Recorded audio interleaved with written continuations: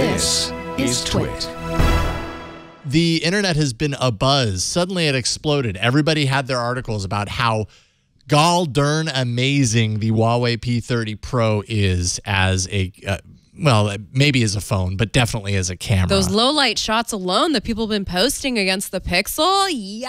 Not just low light, but also zoom. I saw a really interesting video that focused in, no pun intended. Get it? Focused? No pun intended. On the zooming capabilities of this thing, and it's like redonkulous. Say no to digital zoom, right? If I do say so myself. So tell us, what do you think? You have the Huawei P30 Pro, is that right? Yes, I have the Huawei P30 Pro, which is the flagship of the P30 series this year from Huawei, and I'm blown away by the camera. So I'll give credit where it's due. Vlad Savov of The Verge did a great article on the low light bits, and we'll let him cover that. But I would say, in normal daylight, in normal use, where I haven't been going out of my way to test it in low light, I'm blown away by all three cameras on the device. Now, I say three because Huawei sell this device as a quad camera device. One of them is a time of flight sensor, so it's not a proper camera in of itself, but it does help the others through software to better understand what's in depth, what's in moving, what isn't. So obviously Victor was showing the Verge article by Vlad about the low light, comparing it to the Pixel 3 XL, and it really does make a difference in the light. Huawei are saying that one of the ways they've made the Huawei P30 Pro better in low light is that they've made a fundamental change to the way the camera sensor works. So for those of you who don't know, digital camera sensors are by nature monochrome. They're black and white. And to get color on the sensor, they have a filter before the black and white sensor.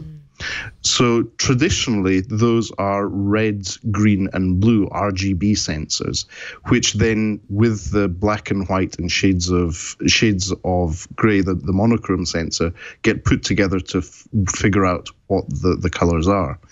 With the Huawei P30 Pro, Huawei have made this fundamental change where the sensor is a red, yellow, yellow, blue sensor filter, which means that it will give you apparently up to 40% more light gets captured by the sensor with the same lens.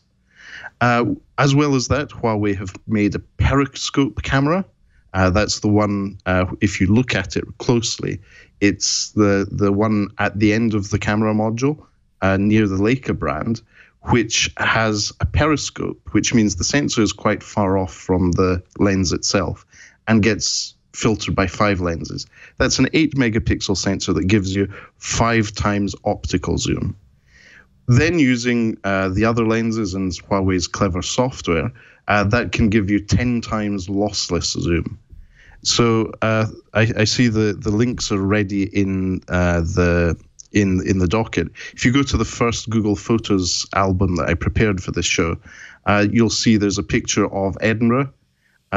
I believe this isn't the wide, or is this? No, this is the wide angle one. Yeah. So this is a wide angle shot where it just highlights how good the high dynamic range is even in that one sensor.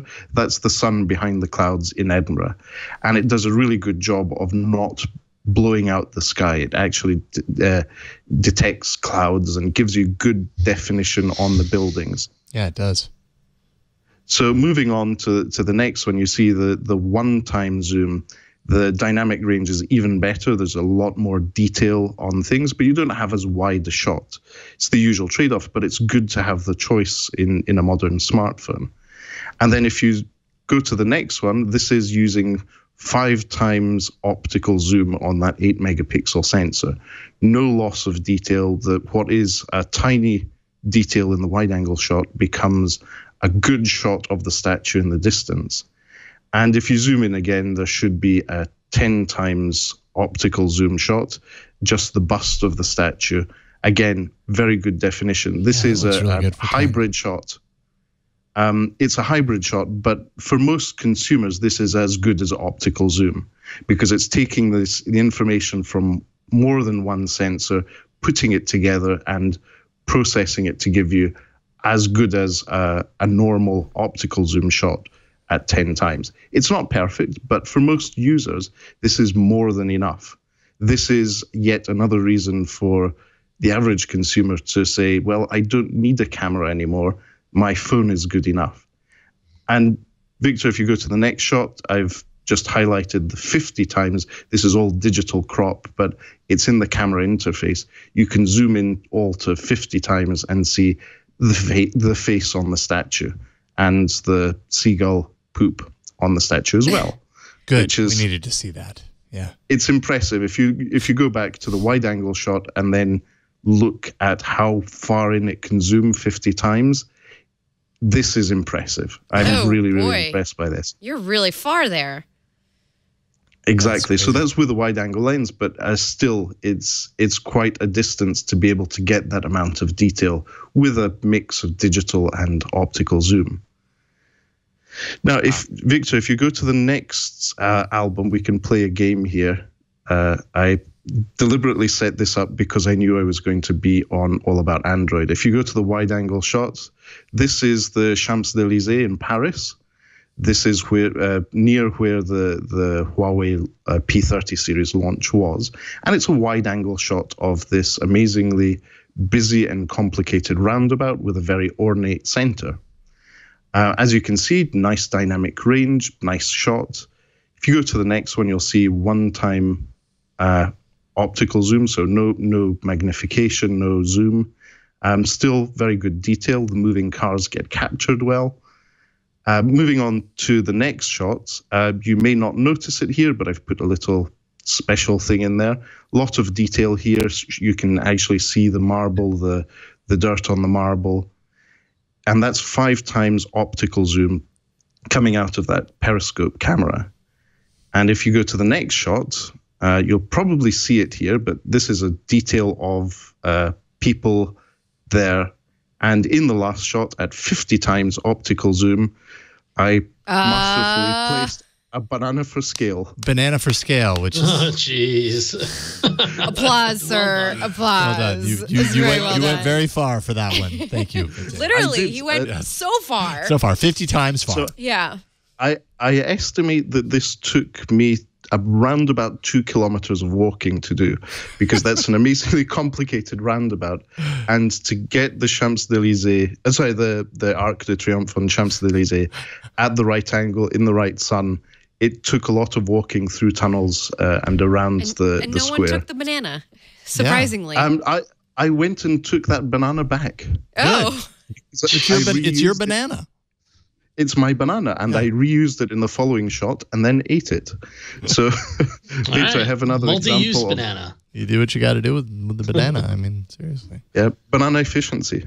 So this is a wide-angle shot of a lovely park in Paris, not far from the Arc de Triomphe that we were looking at earlier.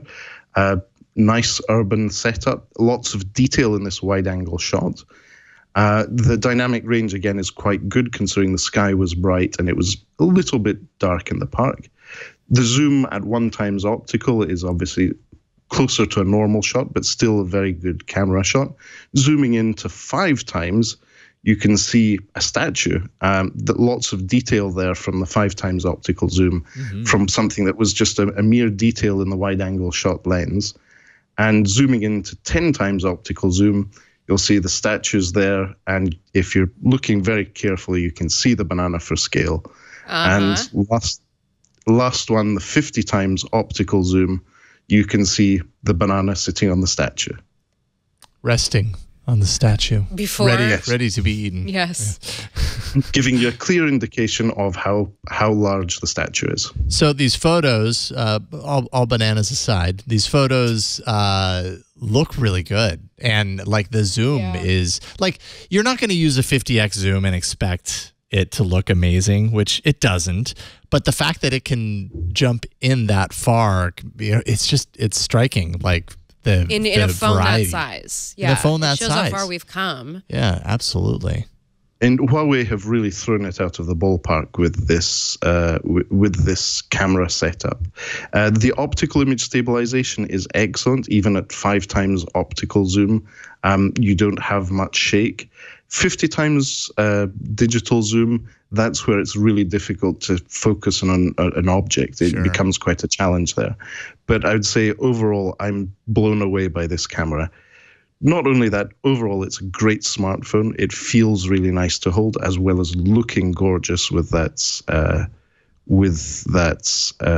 breathing crystal color. My colleague, yes, it's breathing crystal. My colleague, the chief aperture officer of Tech Travel Geeks, he has ordered the Aurora color, which is a mix between last year's Twilight and I don't know if you're aware of the Honor glass backs that are all I remember. Iridescent.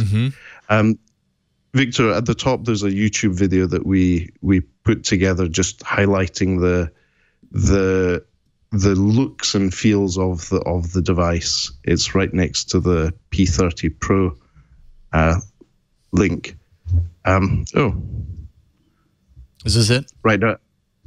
No, it's I'll pop that too. It's just it shows in this video we show how reflective it is. It's very difficult to describe in words because there's this gradient between purple and white. And I think Michael Fisher, the Mr. Mobile, had a great description of this on Twitter, which was it's a mix between dilithium crystals and unicorn kisses. So it's very difficult to describe in words, but it's breathtaking in person to see, and it also looks good to those looking at it. And that's one of the good things. Huawei include a case in the box, so you're less likely to have a disastrous drop. And then there's also quite a selection of cases, both available from Huawei and third-party retailers. On the front, Huawei have done a good job of iterating upon the Mate 20 Pro screen, so it's curved edges at front and back. It has a water drop notch at the front. The screen is lovely. It's a full high-definition +1, but honestly, in day-to-day use, I don't notice the difference with the QHD one on the Mate 20 Pro or even the QHD one on my Pixel 3 XL. For normal use, there's no real reason to have a higher resolution screen, unless obviously you would like to use this for VR purposes. I'd say the storage options are very good. They start at 128 gigabytes. There's also 256 gigabytes and 512. All these are expandable with Huawei's new standard of memory card called Nano Memory Card. And that goes in the second SIM slot. So the SIM card tray takes 2 nano SIMs or 1 nano SIM and a nano memory card, which is a great option. They haven't really killed expandable storage as we thought they had with the P20 Pro last year. So overall, my first week with the device, I'm blown away, and I've started migrating all my phone number related services onto the P30 Pro. So high praise from me. I'm really won over by this device. Yeah, sadly, you're not alone. Those of you in the US will have a bit of a challenge getting your hands on one. But then again, that's part of the current situation with Huawei in the US. Right. It is indeed. It's a big uphill battle right now for Huawei, and for anyone interested in like just, politics aside, just wants to get their hands on cutting edge technology, or what I've read from a lot of people who have used this phone, that they say this is the best camera phone out there. So certain technology enthusiasts are going to want to get their hands on that, regardless of any of the stuff happening in the U.S. So might have to work a little bit harder to make that happen, it sounds like. Yeah.